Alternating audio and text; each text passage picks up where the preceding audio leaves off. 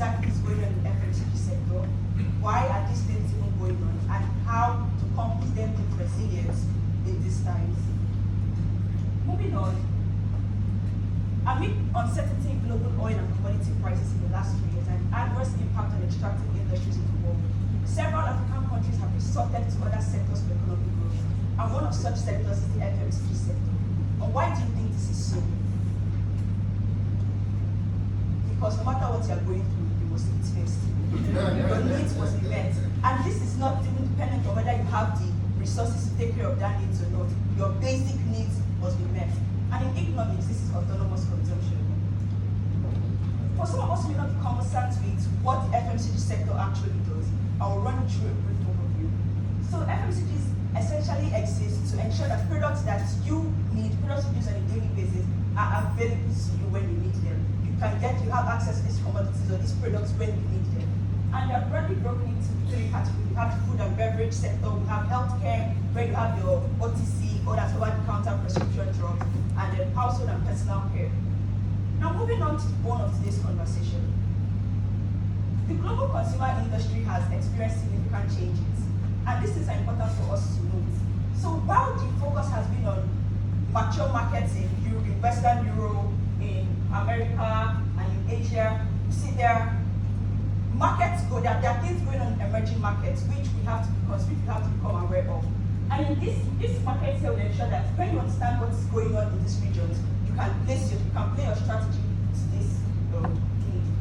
So moving on, we'll be answering the what exactly is going on in this sector.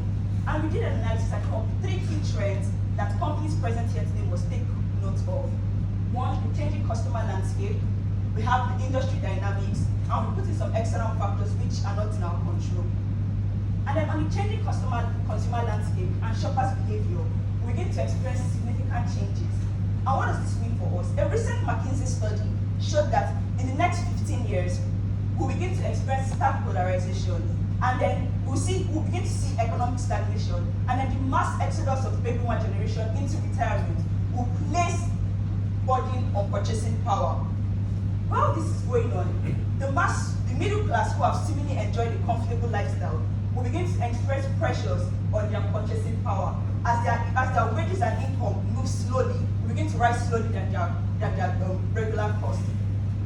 But what is important to note is that this creates a very dynamic market for players in this sector.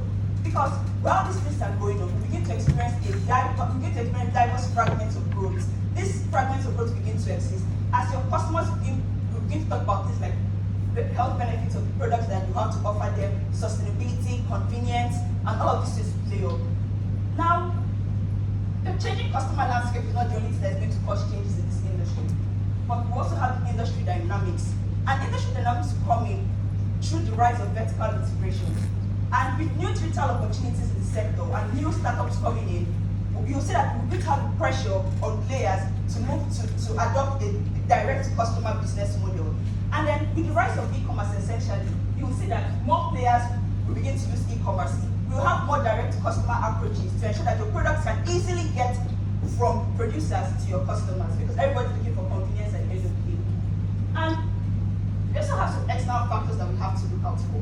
And this becomes regulations, and so that because in regulations, the players, the customers are more interested in things that have health benefits. They want things that are green, that are sustainable, and governments begin to play in this direction. In fact, this is already going on in places like in the Middle East. This is already going on here.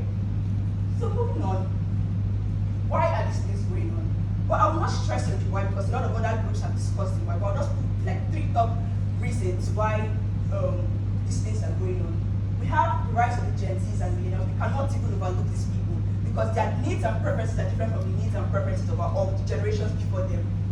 We have COVID-19, which has accelerated e-commerce, and we have, in recent times, the Russian-Ukraine war. So how can companies build resilience?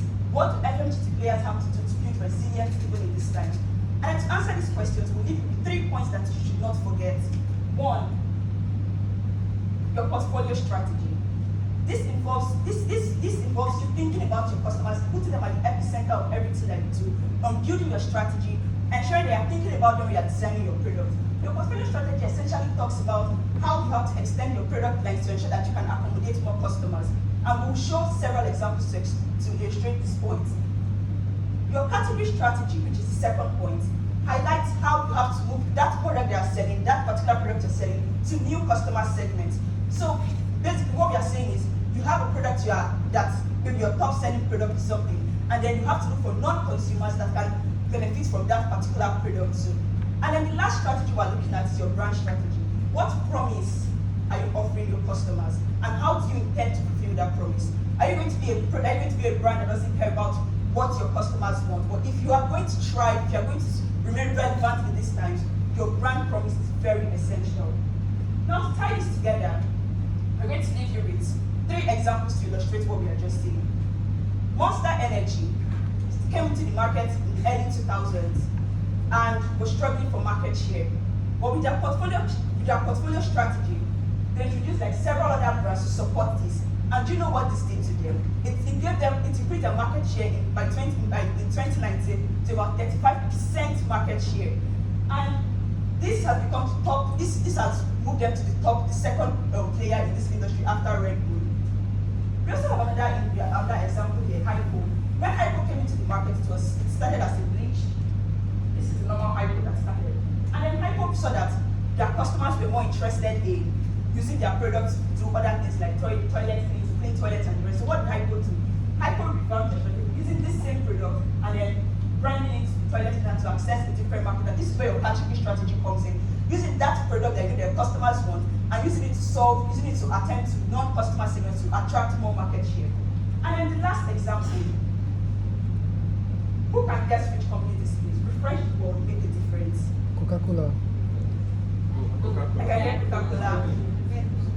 Sorry? Okay, 7-Up. Yeah, the same. So, yes. So it's Coca-Cola. So this is where your brand strategy comes in. What promise? I mean, Coca-Cola has existed for over 100 years. So they have maintained this promise to their customers, and this is what has made them relevant. In almost every country you walk into, you have Coca-Cola there.